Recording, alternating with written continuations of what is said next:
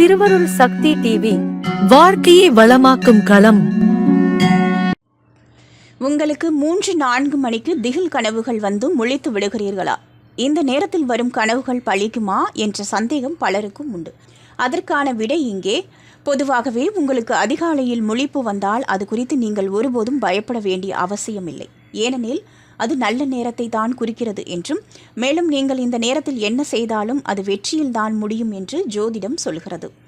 காரணம், இந்த நேரத்தில்தான் நேர்மறை ஆற்றல் செயல்படுவதாகவும், எனவே இந்த நேரத்தில் வெற்றிக்கான ஏதாவது ஒரு காரியத்தை செய்யலாம் என்றும், ஒருவேளை அப்படி செய்ய முடியவில்லை என்றால் கடவுளின் நாமத்தை உச்சரிப்பது நல்ல பலன்களை தரும் என்று சொல்லப்படுகிறது.